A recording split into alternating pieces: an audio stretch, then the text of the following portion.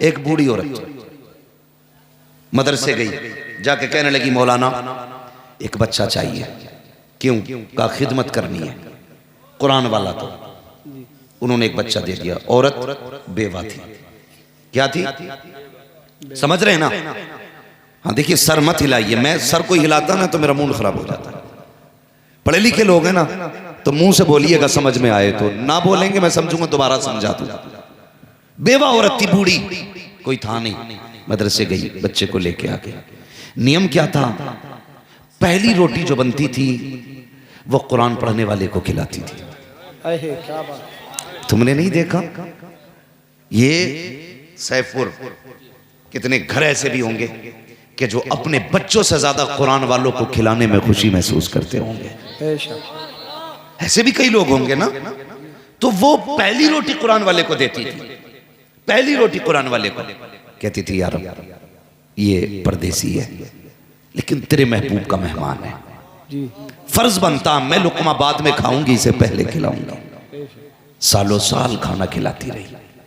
एक दिन जब इसका हिफ्ज़ मुकम्मल हुआ ना, और ये कुरान वाले भी अल्लाह सलामत रखे, इनकी मोहब्बत है, ये जिसके यहाँ दस्तरखान पे रोटी खाते हैं ना उसे सगी माँ समझते हैं, जिसकी कमाई खाते हैं उसे सगा बाप समझते हैं। ये कितना प्यार देते हैं। ये उम्रें हो गई, ये उलमा बैठे हैं, खुदा की कसम ये सब कुछ भूल सकते हैं लेकिन कभी उनको नहीं भूल सकते जिन्होंने बचपन में इन्हें खाने खिलाए थे। क्या बात। भूल सकता है कोई? हम नहीं भूल सकते। जिसने हमें रोटी खिलाई थी बचपन में, हम उसे नहीं भूलते, नहीं भूलते। हम सगे माँ की तरह उस माँ को भी इज्जत देते हैं जो हमें रोटी खिलाती है। हम भी पढ़े बाहर, हमने भी रोटी खाई है किसी के दस्तरखान पर। अल्लाह उनके घरों में बरकतें नाजिल करे जिन्होंने हमें अपने टुकड़े खिलाए थे। हाँ, तो बड़ी खुशी होती है ना। ये भी अपने माँ बाप की तरह उनको समझते हैं। और माँ बाप भी खुदा की कसम कई बार तो मैंने देखा है कि जब सगे बेटे की शादी है ना, तो जब बड़े बेटे की शादी होती है तो हाफिज का पहले हाथ पकड़ के कहते नहीं बाकी के कपड़े बाद में बनेंगे, तेरे कपड़े पहले से लेंगे। ये प्यार घर वाले देते हैं, ये प्यार घर वाले देते हैं। तो कभी ऐसा भी होता है ना कि सबसे पहले खाना। जब इस बच्चे का हिफ्ज़ मुकम्मल हुआ ना तो दिल में आया यार ये खुशखबरी सबसे पहले उस माँ को जाके दूं जिसने पहली रोटी खिलाया करती थी। क्या बात। ये सोच के दरगाह से उठा, दौड़ लगाई, दरवाजे पे पहुंचा। क्या देखता कि भीड़ लगी है लोगों की। कहा क्या बात है? कहा आज इस खातून का इंतकाल हो गया जो रोज तुझे पहली रोटी खिलाया करती थी। अल्लाह अकबर। दस्तरखान के आगे आया, आके दरवाजे को देखा, बूढ़ी माँ जनाजे पे लेटी हुई थी, आंसू पोंछता हुआ तालिब इल्म था, वापस चला गया। जाकर के किसी से बात नहीं की, गुजरा अपना कमरा बंद किया, आंसू बहा के कहता यार अब वो आ रही है जिसने मुझे रोटी खिलाई थी, आज वो दुनिया से जा रही है जिसने पहली रोटी का लुकमा मेरे मुंह में दिया था। ए मालिक मैं उसे क्या दे सकता हूँ, आज वो तेरी बारगाह में आ रही है, बस इतनी इल्तिजा है इसको जन्नत अता फरमा देना। अल्लाह अकबर। 3 दिन गुजरे हैं, गली में शोर हो रहा था, कोई कह रहा था मैंने इसे ख्वाब में देखा है, बड़े अच्छे लिबास में थी। किसी ने कहा मैंने भी देखा है, यह जन्नत की बहारों में थी। तीसरा कहने लगा, मैंने कहा खातून बता तो सही क्या मामला हुआ, कैसी बनी गुजरी। उसने कहा जब मैं मर के कब्र में आई रब ने कहा हिसाब को छोड़, तू जो लुकमे कुरान वाले को खिलाया करती थी मैंने तुझे पहले लुकमे के बदले में जन्नत का हकदार बनाया। ऐसा क्या बात है। नारे तकबीर, नारे रिसालत, मसलके आला हज़रत, जश्न दस्तारबंदी। हाँ ये है कुरान वाले। इज्जत किया करो इनकी, खिदमत किया करो। आज सबसे ज्यादा मजलूम अगर कोई है तो ये कुरान वाले, सबसे ज्यादा मजलूम ये कुरान वाले। अगर कोई बात कहें तो कहें मैं दकियानूसी सोच है, कोई बात समझाएं तो पुरानी फिक्र वाला। हाँ हम पुरानी फिक्र वाले, लेकिन खुदा की कसम हम 1400 साल पुरानी फिक्र रखते हैं। हम वो फिक्र रखते हैं जो फिक्र मुस्तफ़ा ने अबू बकर को दी थी, जो मुस्तफ़ा ने उमर को दी थी, जो मुस्तफ़ा ने अपने उस्मान को दी थी, जो मुस्तफ़ा ने अपने हैदर को दी थी। ये वो फिक्र वाले लोग। और याद रखिएगा खाली भतीजा समझ के ठोकरों में ना रखना। अपना भतीजा अपना पोता चल वे पप्पू जुम्मन गुड्डू ना कहना, एहतराम करना। इसके सीने में कुरान की दौलत आ गई है। और कुरान की दौलत क्या है? सोने के हार, तुम तो जो चाहो दौलत लेके मर जाओ, कोई एजाज नहीं। लेकिन जब हाफिज कुरान का जनाजा उठता है ना अल्लाह हुक्म देता कब्र को, खबरदार एक बाल भी बेगाना कर देना। तेरे अंदर वो आ रहा है जिसके सीने में मेरा कुरान है।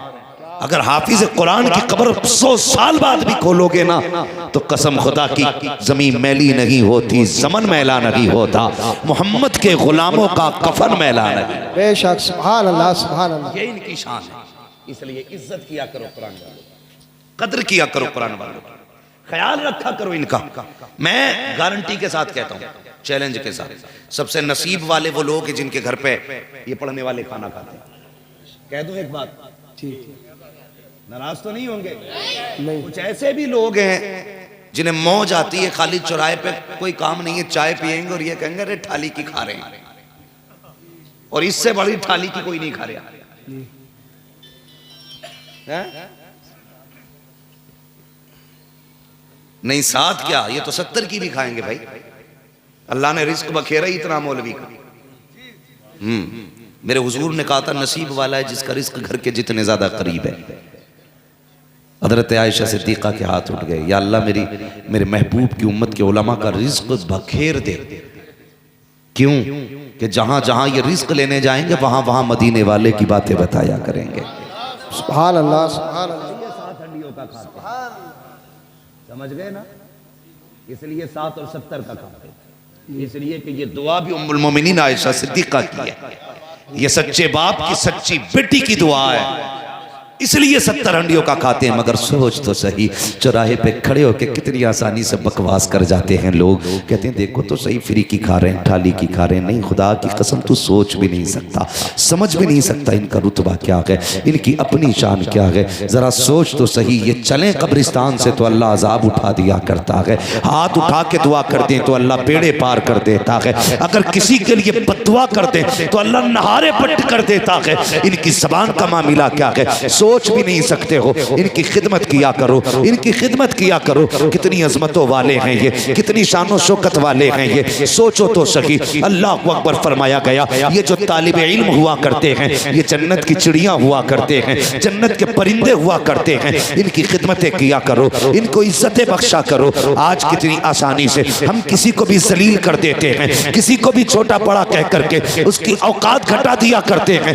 यहाँ जो चाहो कर लो, जो चाहो नाम दे दो, मरने के बाद पता चलेगा किसका कितना मकाम है। अल्लाह हुक्म देगा फरिश्तों को, जाओ पूरे अहले महशर में चले जाओ और जो कुरान वाले थे उन्हें बुला करके ले आओ। फरिश्ते कहेंगे मालिक बता तो सही, कुरान वालों की पहचान क्या है? किसी के बैच लगा है, किसी के बिल्ले लगे हैं, या किसी के कांधे पे लिखा है कि ये कारी कुरान है, या किसी के माथे पे लिखा है ये कुरान वाला है। रब फरमाएगा नहीं नहीं, न किसी के बिल्ले लगे हैं, न किसी के बैच लगा है, न किसी के माथे पे लिखा है, न किसी के कांधे पे लिखा है। का मालिक पहचानेंगे कैसे? फरमाएगा जाओ सबके मुंह सूंघना, जिसके मुंह से मुश्क की खुशबू आती होगी वही कुरान वाला हो। बेशक, सुभान अल्लाह, सुभान अल्लाह। बहुत अच्छे, क्या बात है, बहुत खूब। सुभान अल्लाह, सुभान अल्लाह। खुशबू आती होगी बेशक, कुरान वाला होगा। एक बच्चे को नहीं पढ़ाएगा, एक को भी, नस्ल में शायद एक भी पढ़ा हुआ ना हो, और जाहिल होकर खुद सबसे बड़ा मुफ्ती बनता। हाँ, हमसे पूछो मौलवियों की बातें, हमसे पूछो, तुझसे पूछे बता निकाह में कितने फर्ज है, कितने वाजिब है, कितनी सुन्नतें बता। चल ठेकेदार बना घूम रहा दीन का। उलमा को छोड़ के है कोई जो बताए निकाह में कितने फर्ज है, कितने वाजिब, कितनी सुन्नतें? उलमा को छोड़ के, तलबा को छोड़ के नहीं बता सकते तो चौराहों पे मुंह मत बजाना। क्या बात है, हक बात है। मैंने वो बात पूछी है जिससे सबका सबका है। मैयत नहलाने का तरीका नहीं पूछा है जो गांव में एक ही होता है। निकाह तो सभी का होगा इंशाअल्लाह। अरे ये बुड्ढे बुड्ढे ही गर्दन हिला रहे हैं, ये जवान क्यों नहीं बोल रहे भाई? सबका ही होना निकाह। अगर खाली निकाह बोल दो तो मुराद कुछ और ले लें। जी जी, चलो शादी तो सबकी होगी ना जी। हाँ देखो, शादी सब समझ के निकाह सोच रहे नंबर 2 वाला, जबकि असली निकाह है। असले निकाह है। ये नहीं पता निकाह में कितने फर्ज, कितने वाजिब, कितनी सुन्नत है। मगर कड़ो कहेगा ये इमाम रखने का नहीं है, ये इमाम रखने का नहीं है। कहा क्यों? कि किरात सही नहीं है। क्लास सही। हाँ? वो आदमी कहता किरात सही नहीं जिसे